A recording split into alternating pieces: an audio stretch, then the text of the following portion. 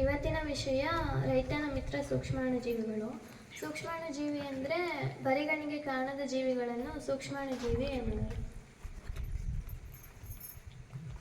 ಇವುಗಳನ್ನು ಸೂಕ್ಷ್ಮದರ್ಶಕದಿಂದ ನೋಡಬಹುದು.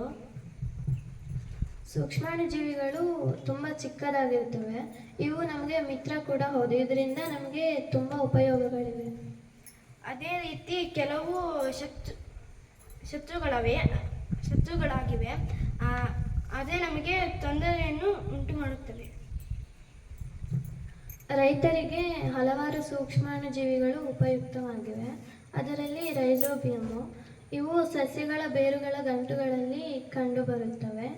ಹಾಗಾದರೆ ಎಲ್ಲ ಸಸ್ಯಗಳ ಬೇರುಗಳಲ್ಲೂ ಕಂಡುಬರುತ್ತಾ? ಇಲ್ಲ. ಇದು ಕಡಲೆ ಮತ್ತು ಮೆಂತ್ಯ ಹಾಗೂ ಹುರುಳಿ ಈ ತರಹದ ಸಸ್ಯಗಳ ಬೇರುಗಳ ಗಂಟುಗಳಲ್ಲಿ ಕಂಡುಬರುತ್ತವೆ. ಇವು ಲೆಗ್ಯುಮಿನೇಸಿ ಕುಟುಂಬಕ್ಕೆ ಸೇರಿದ ಸಸ್ಯಗಳ ಗಂಟುಗಳು.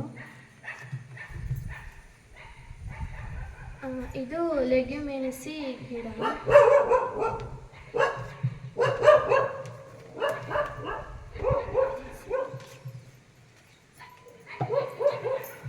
ಇದು ಬೇರುಗಳ ಗಂಟುಗಳಲ್ಲಿ ಇರುವುದು.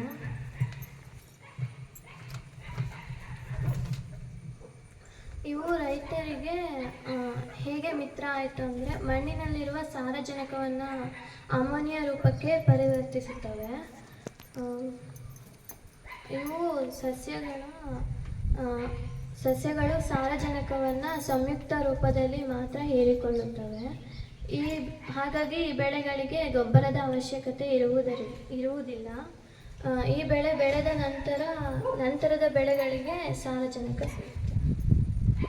ಅದೇ ರೀತಿ ಸುಡೋಮೋನಾಸ್, ಇದು ಮಣ್ಣಲ್ಲಿರುವ ಒಂದು ಬ್ಯಾಕ್ಟೀರಿಯಾ.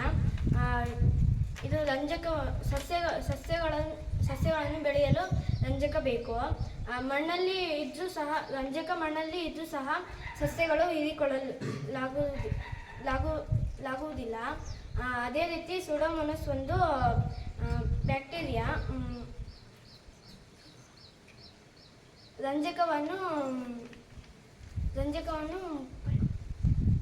ಹೀರಿಕೊಳ್ಳಲು ಸಹಕಾರಿಯಾಗಿದೆ. ಅಜಟೋಬ್ಯಾಕ್ಟರು. ಇವು ಮಣ್ಣಿನಲ್ಲಿರುತ್ತವೆ. ಇವು ವಾತಾವರಣದಲ್ಲಿರುವ ಸಾರಜನಕವನ್ನು ಹೀರಿಕೊಳ್ಳಲ್ಲ.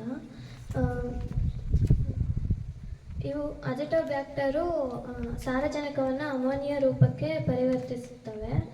ಇವು ಸಸ್ಯಗಳು ಸಾರಜನಕವನ್ನು ಪಡೆಯಲು ಸಹಕಾರಿಯಾಗಿವೆ.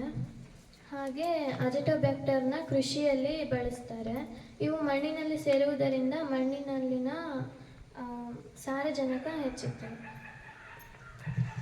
ಹಾಗೆ ಮೈಕೋವೊರೈಸಲ್ ಶಿಲೀಂಧ್ರ. ಇವು ಸಸ್ಯಗಳ ಬೇರುಗಳಲ್ಲಿ ಸಹ ಜೀವನವನ್ನು ನಡೆಸುತ್ತವೆ.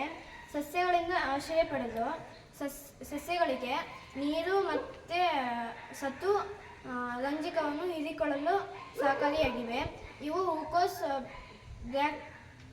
ಬ್ರಾಕೊಲಿಯಂತಹ ಸಸ್ಯಗಳ ಬೇರುಗಳ ಮೇಲೆ ಬೆಳೆಯುತ್ತವೆ. ಇದು ಮೈಕೋವೊರೈಸಲ್ ಶಿಲೀಂಧ್ರ.